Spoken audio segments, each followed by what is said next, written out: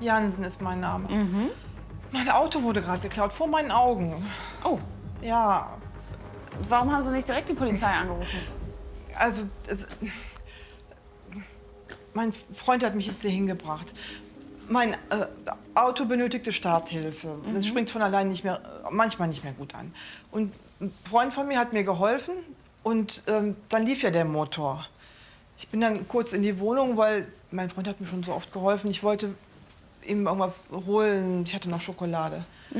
Dann komme ich runter und dann sehe ich, wie jemand in mein Auto reinspringt und damit losfährt. Aber der war ja auch nicht alleine in dem Auto. Also das Schlimmste daran ist wirklich, dass da noch eine Frau mit drin war, die geschrien hat. Okay. Haben Sie gesehen, ist die Frau selber eingestiegen, oder? Ich habe das alles nicht mehr richtig sehen können. Ich habe nur die Frau schreien gehört, habe gesehen, wie der Mann da reingesprungen ist und dann sind die halt losgefahren. Aber ich glaube, ich kenne diesen Mann. Ja. Es könnte der Michael Holstein sein. Das ist ein Nachbar von uns. Der arbeitet in der Jugendhilfe.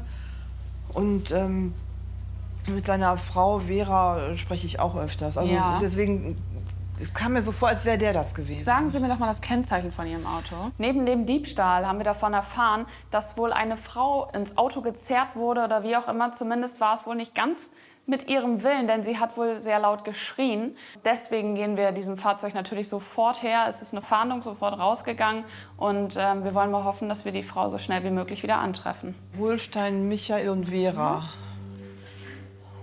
Ah, da habe ich ihn schon. Aber die Vera ist, glaube ich, jetzt gerade gar nicht da. Ich weiß nicht, ob die... Ja. Ich habe hier eine Telefonnummer. Ich versuche da mal jemanden zu erreichen und dann sehen wir mal, ob er vielleicht selbst rangeht.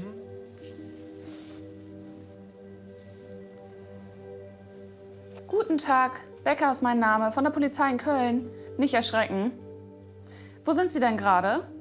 Sie sind gerade nach Hause gekommen, Frau Holstein. Wo ist denn Ihr Mann? Können Sie Ihren Mann derzeit erreichen? Okay, Sie können ihn auch nicht erreichen. Hanna Becker teilt der Ehefrau des dringend Tatverdächtigen mit, dass ihr Mann vermutlich mit dem Fahrzeug seiner Nachbarin unterwegs ist und eine Unbekannte in seiner Gewalt haben könnte. Die Streifenbeamten Nesrin Yaman und Jonas Schmidt entdecken derweil den gesuchten Wagen. Arnold von 1538. Arnold hört. Kurze Zwischenmeldung. Wir sind am Einsatzort und das Fahrzeug konnten wir gerade feststellen. Wir hatten bei uns intern eine Fahndung eingestellt. Und zwar konkret, dass die Frau Jansen ihr Fahrzeug als gestohlen gemeldet hat. Jetzt ist es so, dass hier in der näheren Umgebung wir die Mitteilung erhalten hatten, dass genau dieses Fahrzeug, auf das die Beschreibung auch gepasst hat, weißer Kleinwagen, die Straße blockiert. Jetzt sind wir hier angekommen und siehe da, es passt sehr wohl. Hier liegt ein Handy drin. Okay, Handy. Ich habe ein Portemonnaie auf Fahrersitz. meiner Seite. Scheint aber aus zu sein hier. Das Handy ist aus. Guck mal, ich habe ein Portemonnaie Scheint aus zu sein. gefunden. Hallo. Wer sind Sie denn jetzt? Ich bin Vera Holstein. Hallo, Frau Holstein. Hallo. Was machen Sie denn hier? Ich bin auf der Suche nach meinem Mann Michael Holstein. Der Herr Holstein. Wie kommen Sie denn jetzt hier hin? Ich habe einen Anruf bekommen von der Polizei, dass er verdächtig wird, ein Auto geklaut zu haben. Ja, die Information hatten wir auch tatsächlich. Und ich habe vor einer Weile eine App installiert, wo ich meinen Mann verfolgen kann. Und die hat mich hierher geführt. Okay. Fakt ist, Holstein ist Ihr Mann. Ja. Das ist das Fahrzeug, was gestohlen worden ist. Höchstwahrscheinlich von Ihrem Mann. Ja. Weit und breit aber jetzt keiner zu sehen. Das Einzige, was wir jetzt gefunden haben, sind zum einen dieses Handy Das ist hier. sein Handy. Das Zum ist sein anderen, Handy? das ist sein Handy. Ja. Das ist schon mal gut zu wissen. Okay. Und dann habe ich hier noch ein Portemonnaie gefunden. Viel Geld, fast 200 € Bargeld, sogar noch mehr. Und einen Ausweis habe ich hier noch. Heidi Drechsler. Schau mal, das ist dann vielleicht die Dame, die um Hilfe geschrien hat. Ja. Das hat ja die Zeugin auch erzählt. Ja, die Geschädigte, ne? Genau, Von dem dass sie Diebstahl zwar jetzt die hier. weibliche nicht erkannt hat, aber sie hat definitiv weibliche Hilfeschreie Ja. aus dem Auto gehört. Frau Holstein, kennen Sie denn das Fahrzeug? Kommt Ihnen das Fahrzeug irgendwie bekannt vor? Nein. Nein, überhaupt nicht. Okay, dann würde ich mal vorschlagen, wir fahren mal die Fahrzeuge so rechts ran, dass hier noch die Passanten durchkommen. Sie hatten jetzt gerade noch gesagt, was haben Sie denn gefunden, weil Sie das so vorhin gesagt hatten? Ich war 3 Wochen in der Reha und kam nach Hause und habe im Bett Blutspuren gefunden und Dessous. Okay. Und ich habe die Vermutung, dass mein Mann fremd geht.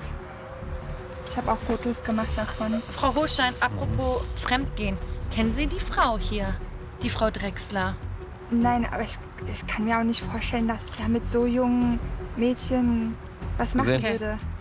Oh, das war bei Ihnen im Bett? Ja, Und Sie waren die letzten 3 Wochen nicht da? nein. Okay. Hast du was Neues? Ja, Ihr Fahrzeug wurde auf der Zufahrtsstraße zur Uniklinik aufgefunden. Mitten auf der Fahrbahn stehend, Türen geöffnet. Weißer Mitsubishi, ne? Ja, ja. Ah, ja. Im Fahrzeuginnenraum befand sich ein Personalausweis einer Frau Heidi Drechsler. Heidi Drechsler? Weiß ich nicht, ja. Sagt Ihnen was? 17 Jahre alt? Ich habe nur die Info, dass sie den Ausweis da gefunden haben. Wie alt die Heidi Drechsler ist, kann ich nicht sagen. Das ist mein Pflegekind. Ihr Pflegekind. Ja, das war mein Pflegekind, die Heidi. Die kommt, Moment. Die war 12, als sie zu mir in die Pflege kam. Ja. Und die konnte nicht bei ihrem Vater bleiben, weil der Alkoholiker ist. Okay. Deswegen war sie ein paar Jahre bei mir. Wer ist denn? Wissen Sie, wie der Vater heißt? Ja, auch Drechsler Torben. Torben Drechsler ist der Vater. Okay. Die Mutter dazu? Die gibt es leider nicht mehr. Okay. Und die Heidi lebt aber jetzt auch schon wieder ein Weilchen bei ihrem Vater, weil der war eigentlich rehabilitiert.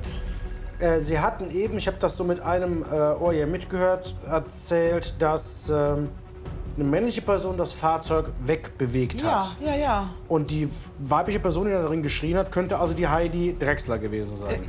Ich weiß es nicht, aber wenn es die Heidi war, was ist denn mit der Heidi? Das kann ich Ihnen nicht sagen, weil wir kein Fahrzeug aufgefunden haben. Kennen sich denn die Heidi und der Herr Holstein? Ja, aus dem Jugendzentrum. Achso, er arbeitet in dem Jugendzentrum Genau, und der Heidi ist da wahrscheinlich auch mal hingegangen. Ja, die ist öfters hingegangen. Die ist ja halt vom Jugendamt. Soll ich den Drechsler oder den Holstein oder beide? Oder Na, gar den keinen? Holstein habe ich schon versucht zu erreichen. Da kommt die Frau. Er selber ist nicht zu erreichen. guck, Aber ob ich den den Drechsler Drechsler würde ich kriege, auch ja. noch mal hierher holen.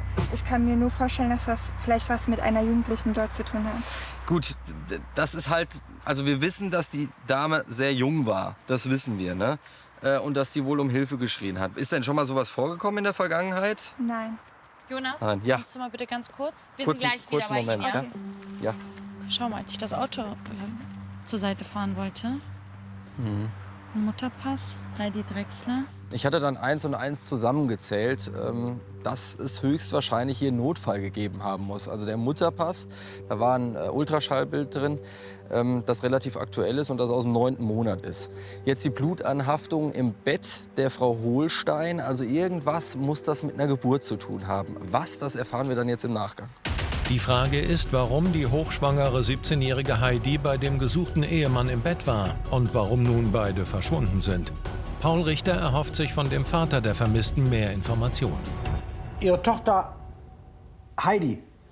Ja. Haben Sie heute schon mal gesehen? War die heute zu Hause? Nö. Nö. Haben Sie Alkohol getrunken? Sie riechen nach Alkohol. Heute nicht, gestern. Gestern.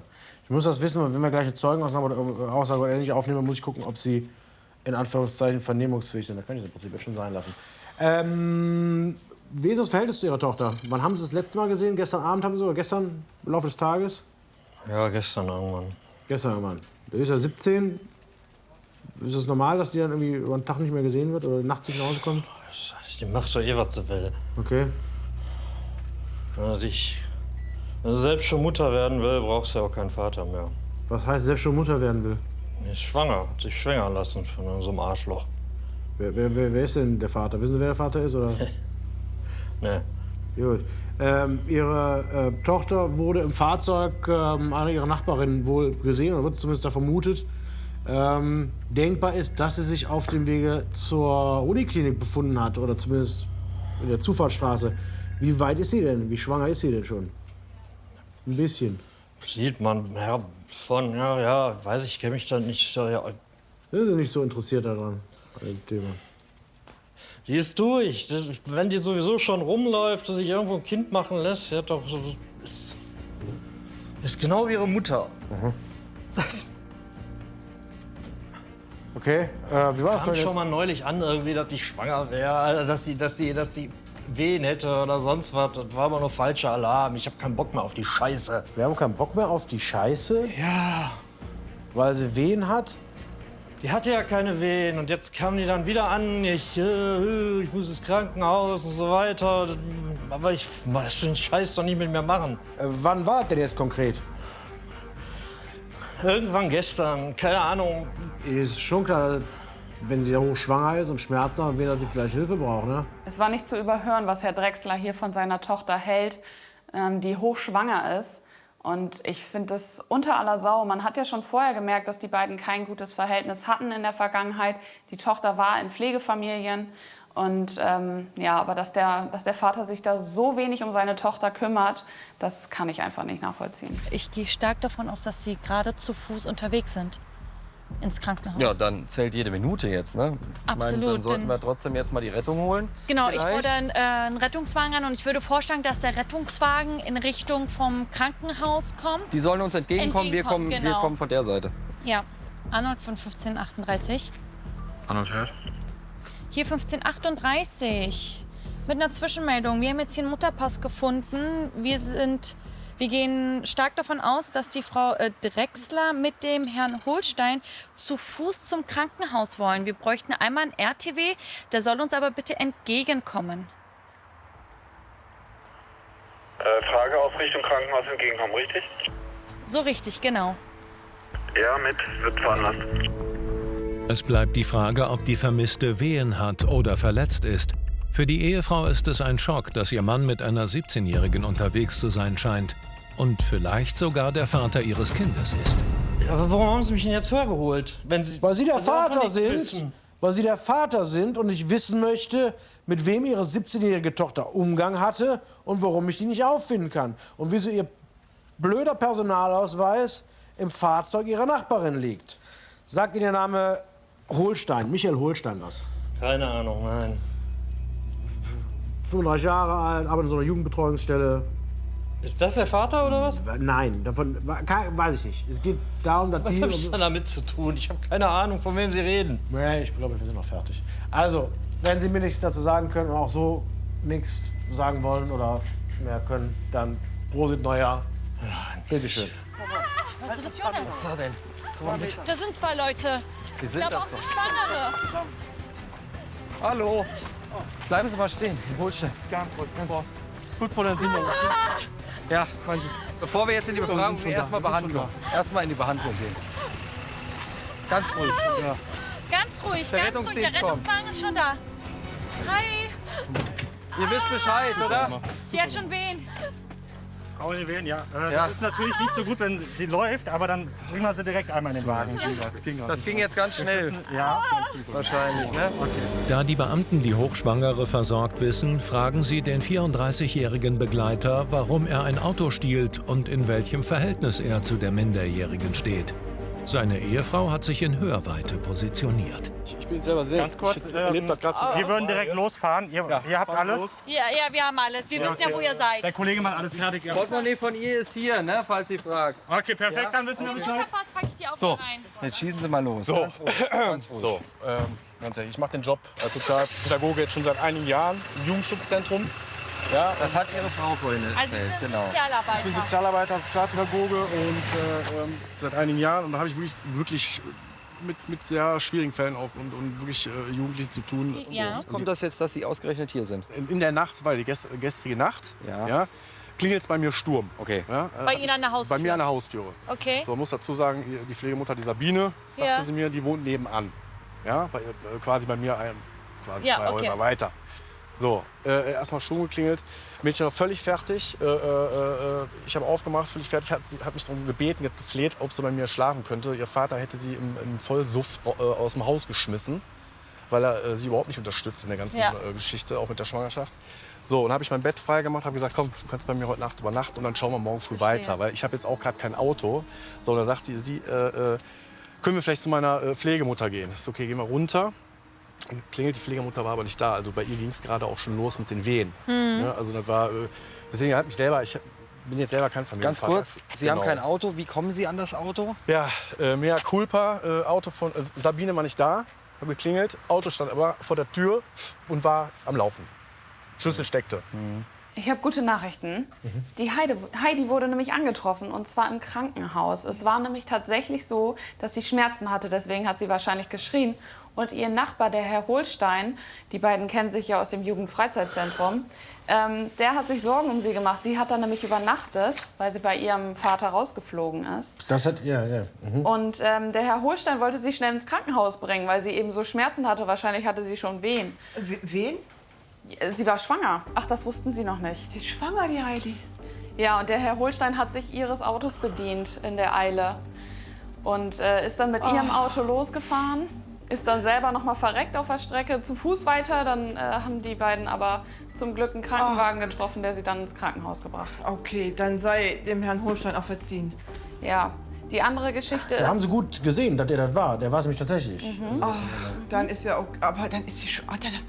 Aber dann nehme ich die bei mir auf wieder. Ja, vielleicht können Sie da noch mal sich mit Heidi kurz schließen. Ja. Ich weiß nicht, wie das mit dem Vater ist. Der war ja völlig desinteressiert. Der Großvater wird sich sehr über den Zuwachs der Familie freuen. Vielleicht auch war eine eher nicht. Arschgeige, vergessen Sie es. Ich will da gar nichts zu erzählen. Lassen Sie es sein, die ist bei Ihnen mit Sicherheit besser aufgehoben. Die 17-Jährige brachte ein gesundes Mädchen zur Welt und zog gemeinsam mit ihrem Baby wieder bei ihrer Pflegemutter ein. Der Sozialpädagoge hatte nichts mit Heidis Schwangerschaft zu tun. Seiner Frau fiel ein Stein vom Herzen.